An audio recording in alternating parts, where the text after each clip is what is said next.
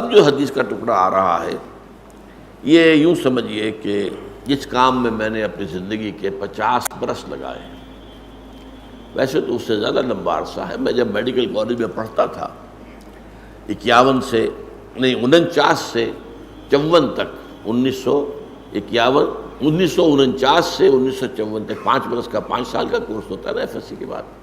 اس زمانے میں میرا درس قرآن ہوتا تھا، پسند کیا جاتا تھا، وہ مناسبت اللہ نے عطا فرما دی تھی۔ لیکن اس کے بعد تو آپ کو معلوم ہے کہ پھر تو میرا زندگی کا جو ہے اصل کام یہ رہا، قرآن پڑھنا پڑھانا، سمجھنا سمجھانا، سیکھنا سکھانا، عام کرنا۔ اللہ کا شکر ہے کہ بہت سے نوجوان ایسے تیار ہو گئے جو اسی انداز میں اب درس دے رہے ہیں اور وہ کام کر رہے ہیں۔ چراغ سے چراغ روشن ہوتا ہے، ایک اکیلے آدمی سے کیا ہوگا، لیکن یہ ہے کہ آگے اگر اس کام کو لے کر چلنے والے ہیں تو گویا کہ میری محنت سفل ہو رہی ہے۔ اب اس کے اعتبار سے یہ حدیث بہت اہم ہے اس کام کے لیے۔ پہلی بات تو فرمائی وَمَنْ سَلَكَ طَرِيقًا يَلْتَمِسُ فِيهِ عِلْمًا، جس شخص نے کوئی راستہ طے کرنا شروع کیا جس سے اس کا مقصد حصول علم تھا، کہیں جا رہا ہے، جیسا کہ آپ کو معلوم ہے کہ اب جب احادیثیں جمع کی گئی ہیں تو اب کسی شخص کو محدث کو معلوم ہوا کہ فلاں بصرہ میں یا بغداد میں ایک ہے صاحب کہ جو اس حدیث کی روایت کرتے ہیں جس میں کہ روایت کی چین کم ہے، لمبا سفر کر کے گئے ہیں، جا کر کہا میں نے سنا ہے کہ آپ حضور کی حدیث روایت کرتے ہیں، جی ہاں یہ حدیث ہے، فوراً واپس، بس حدیث سنی اور واپس۔ ان کہا بھی پہ تھے نہیں میں ایک مقصد کے لیے آیا تھا اور میں اس مقصد میں کسی اور چیز کو اس میں شامل نہیں کرنا ہے، خالصۃً لوجہ اللہ۔ تو ظاہر بات ہے کہ علم کے حصول کے لیے، اور پھر بعد میں ظاہر بات ہے کہ لوگ سفر کرتے تھے، جاتے تھے مراکز علمی میں، اور آپ کو معلوم ہے شیخ عبد القادر جیلانی رحمۃ اللہ علیہ کو جب ان کی والدہ نے روانہ کیا تھا حصول علم کے لیے تو کچھ اشرفیاں ان کی جو صدری تھی، یہ واسکٹ جو ہم پہنتے ہیں اس کے اندر سی دی تھی کہ یہ وقت آئے گا تو کسی کو ضرورت آئی۔ وہاں راستے میں ڈاکوؤں نے ڈاکہ ڈالا، ڈاکوؤں کا سردار ہر ایک سے پوچھا تمہارے پاس کیا ہے، اب سب کہتے کچھ نہیں ہے، لیکن پھر تلاشی میں کچھ نکل آتا تھا۔ اس نوجوان سے پوچھا کہ اس نے کہا میرے 32 اشرفیاں ہیں۔ اب یہ حیران ہوا کہ یہ اس نے کیوں صاف کر دیا، کہاں ہیں، ہمیں تو نظر نہیں آئی۔ انہوں نے کہا یہ سلی ہوئی جو ہے میری جیکٹ کھول کے دیکھ لو 30 اشرفیاں۔ اتنا اثر ہوا کہ وہ جو ہے تائب ہو گیا، وہ اشرفیہ بھی واپس کی، باقی بھی جن کا مال لوٹا تھا وہ واپس کیا، اور پھر اس کی زندگی جو ہے وہ نیکی کی۔ تو یہ چیز ہوتی ہے، یقیناً اس کے اندر جو ہے خیر ہوتا ہے۔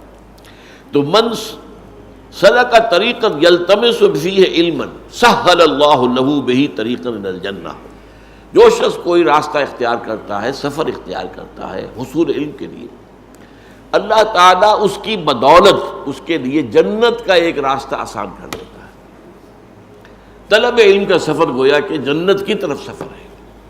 وہ علم کون سا ہے؟ وہ ایک علم تو وہ ہے جو ہم سیکھنے امریکہ جاتے ہیں، فلانی انجینئرنگ پڑھنے جا رہے ہیں، اور یہ علم اور ہے، یہ فنون ہے، علم نہیں ہے، فن ہے۔ جیسے آپ کو معلوم ہے کہ ایک موچی بیٹھا ہوا اپنی وہ جوتی گانٹ رہا ہے اور کچھ پیسے مل جاتے ہیں اسے، یہ ایک فن ہے، ہر شخص تو نہیں گانٹ سکتا، یہ اس کے پاس ایک فن ہے۔ ایک ترخان ہے، اس کے پاس ایک فن ہے، آپ اس سے کام لیتے ہیں۔ یہی معاملہ ایک بڑے سرجن کا ہے، وہ بھی کیا کرتا ہے، جسم کو چیرا ہے اس میں سے کوئی چیز غلط نکال دی پھر سی دیا، اور یہی ہے نا، یہ فنون ہے، ڈاکٹری ہو، انجینئرنگ ہو، یہ علوم نہیں ہے، یہ فنون ہے، فن ہے۔ علم تو کیا ہے؟ علم تو اللہ کی کتاب ہے، علم رسول کی سنت ہے صلی اللہ علیہ وسلم، یہ علم ہدایت۔ در حقیقت علم کیا ہے؟ علم ہدایت۔ تو اس حوالے سے جو شخص بھی اس حصول علم کے لیے، ہدایت کے علم کے حصول کے لیے سفر کرتا ہے، اللہ تعالیٰ اس سفر کے بدولت، اس کے صدقے میں اس کے لیے جنت کا سفر آسان کر دیتا ہے۔ اب سنیے وہ حدیث، وَمَجْتَمَعَ قَوْمٌ فِي بَيْتٍ مِّن بُيُوتِ اللَّهِ، اور کبھی ایسا نہیں ہوتا کہ کچھ لوگ اللہ کے گھروں میں سے کسی گھر میں جمع ہوں، کس کام کے لیے؟ یتلون کتاب اللہ، اللہ کی کتاب کی تلاوت کرنے کے لیے، وَيَتَدَارَسُونَهُ بَيْنَهُمْ، آپس میں ایک دوسرے کا درس دینے کے لیے۔ ایک تو درس ہمارا ہوتا ہے، یہ مونولوگ ہے، اس لیے کہ بتانا پڑتا ہے یہ عربی ہے، اس کے یہ معنی ہے، اس کا یہ ہے، یہ ترکیب ہے، یہ ترجمہ ہے، پھر اس کا مفہوم۔ ایک ہوتا ہے کہ آپ ایک اسٹڈی سرکل بنا کر بیٹھ جائیں، ایک آیت پڑھی، بھئی آپ نے کیا سمجھا اس سے، آپ نے کیا سمجھا، آپ نے کیا سمجھا۔ اور یہ بھی ہوتا ہے بعض اوقات، یہ میں نے دیکھا ہے، انگلینڈ میں دیکھا 1970 کے دسمبر میں، کہ وہاں جو ایک ہاسٹل تھا جو پاکستانی لڑکوں کا ہاسٹل تھا، وہاں یہ ہوتا تھا جمعے کے بعد بیٹھ جاتے تھے لڑکے، اور وہاں کے لڑکے کون سے تھے، ایک پی ایچ ڈی کر چکے دوسرا کر رہے ہیں، یا ایک M A M S C کر کے آ کے پی ایچ ڈی کر رہے ہیں، وہ تھے، وہ کوئی پرائمری کے یا ہائی اسکول کے تو نہیں تھے۔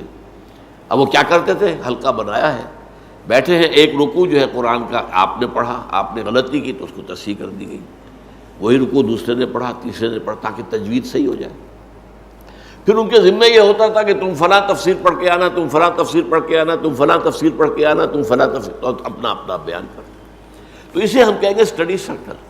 یہ تدارس ہے، ایک ہے درس اور یہ ہے تدارس۔